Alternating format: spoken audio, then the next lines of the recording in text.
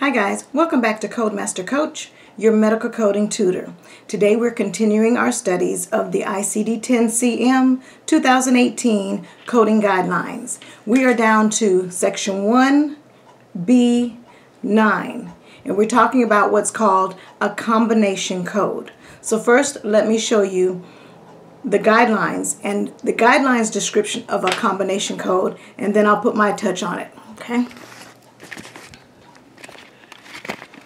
Alright, the guidelines say, combination.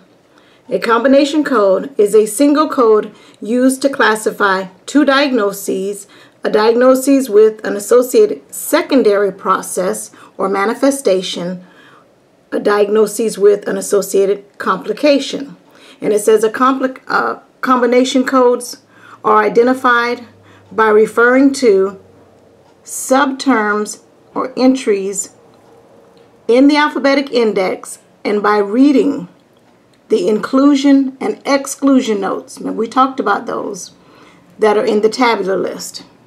And it goes on to say, I'll pull that up for you so you can see that. Assign only the combination code when that code fully identifies the diagnostic condition involved or when the alphabetic index so directs. Multiple codes should not be used when the classification provides a combination code that clearly identifies all of the elements documented in the diagnoses. And when the combination code lacks necessary specificity in describing the manifestation or complication, an additional code should be used as a secondary code. Okay? So what am I saying? I'm saying because there are a lot of conditions that a patient comes into, and a lot of times with those conditions, had it not been for this condition, they wouldn't have this condition. So luckily, ICD-10 has learned to combine them. For example, hypertension with heart disease, hypertension with chronic kidney disease. Had the patient not had hypertension or chronic kidney disease or the heart condition, then it wouldn't provoke or cause a complication with another condition. And so because of that, ICD-10 has already come up with a combination code that captures or encapsulates both conditions under one. However, the mindset you have to have as a coder is, if there is a way to better describe the manifestation or the complication, then use an additional code. And a lot of times in your tabular list, it will tell you to use an additional code to describe the type of condition. Like a lot of times, if it's a cataract, what kind of cataract? If it's a heart condition, what type of heart condition? If it's chronic kidney disease, what stage of the kidney disease is the patient in? So sometimes you have to use an additional code with the combination, but other times you don't. So let's talk about some of these. Let me show you one or two of these. And I prepared some for coding. Let me do some exercises for you or with you, and then I'll leave some for you to do. But again, remember we said a combination code is a code that has a diagnosis and a secondary complication, or a diagnosis and a secondary or associated complication, or it's just classifying, it's combining conditions that can be coded under one code. Okay? Let's see if I've got some examples I've prepared. Let's do the first one together.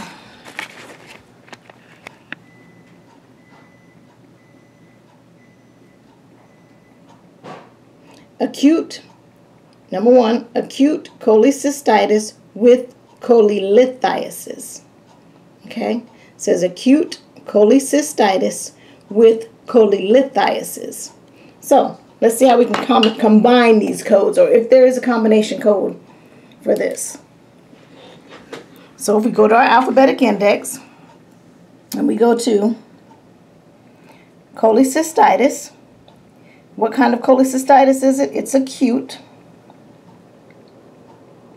And it says with cholelithiasis. So with cholelithiasis. It says C, and notice calculus starts with a capital C. So I know that's going to be a main term. It's telling me go to calculus, gallbladder, with cholecystitis, acute. And guys, that says everything I needed to say.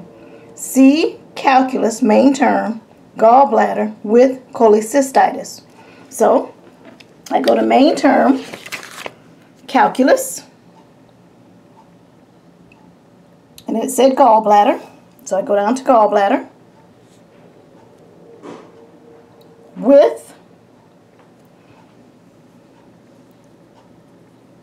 cholecystitis, acute, K80.00.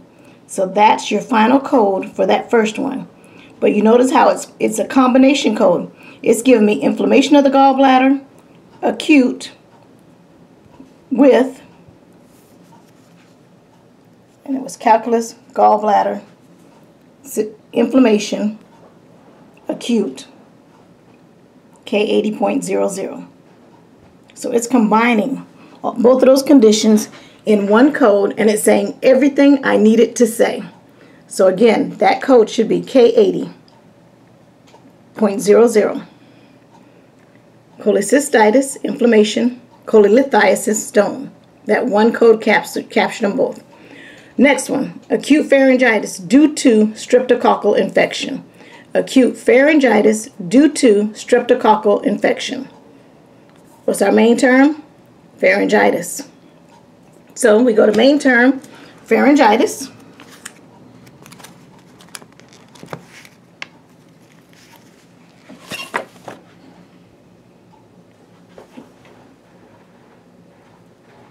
Pharyngitis, and it was acute due to streptococcal infection.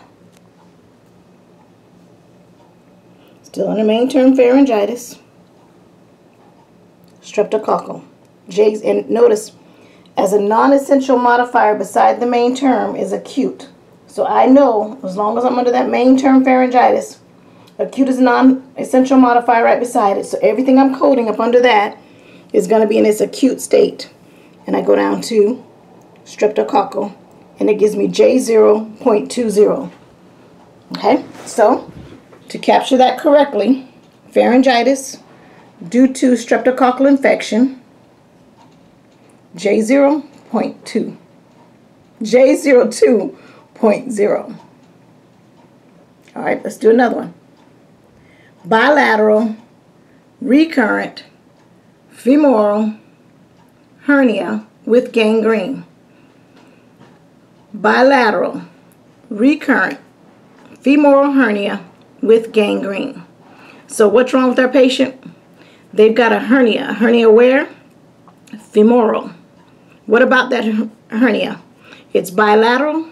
They've had it before. It's recurrent, and it's got gangrene. So that's a lot to capture in that one diagnosis. Bilateral, recurrent, femoral hernia with gangrene. So again, we're going to our main term, hernia. Hernia is what's wrong with our patient.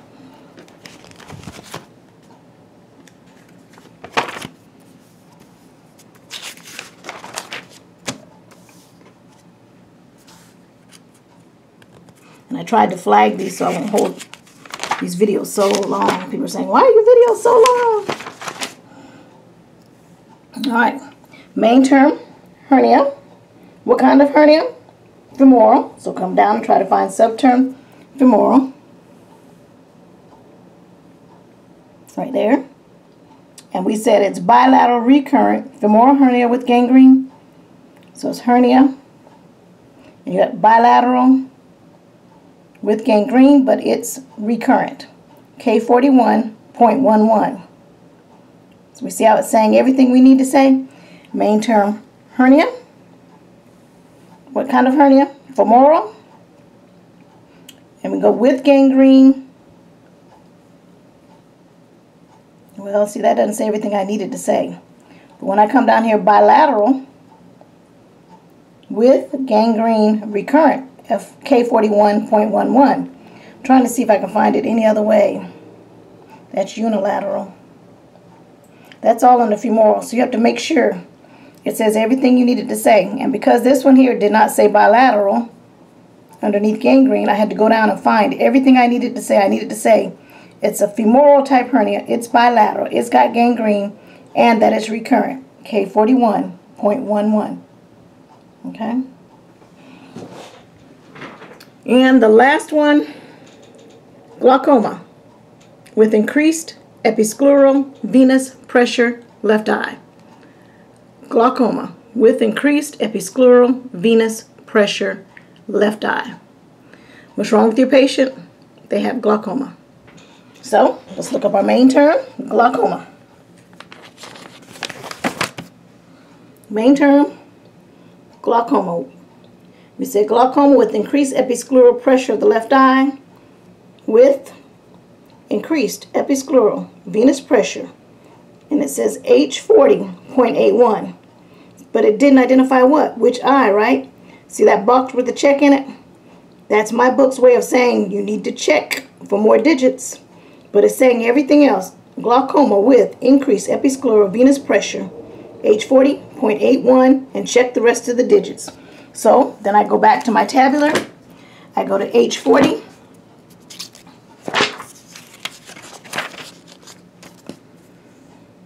H40.81, glaucoma with increased episcleral venous pressure. I need to identify what? Left eye. My correct code is H40.812. Okay?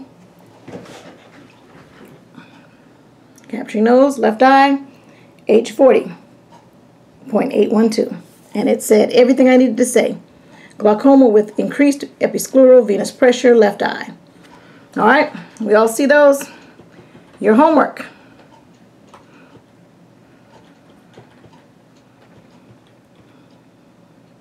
For you to code, number 1, influenza with gastroenteritis. Number 2, acute cholecystitis with cholelithiasis and cholelithiasis. Watch those: cystitis, lithiasis, and docholithiasis. Just know your patient has inflammation of the gallbladder, they have stones of the gallbladder, and of the stones of the common bile duct. Know your medical terminology.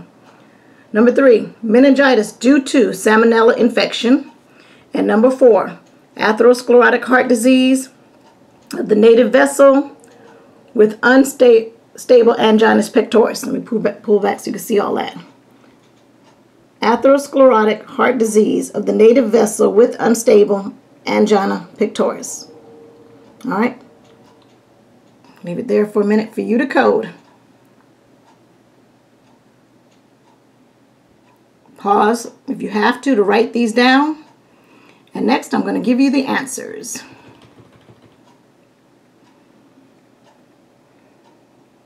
There's your answer key for those 4.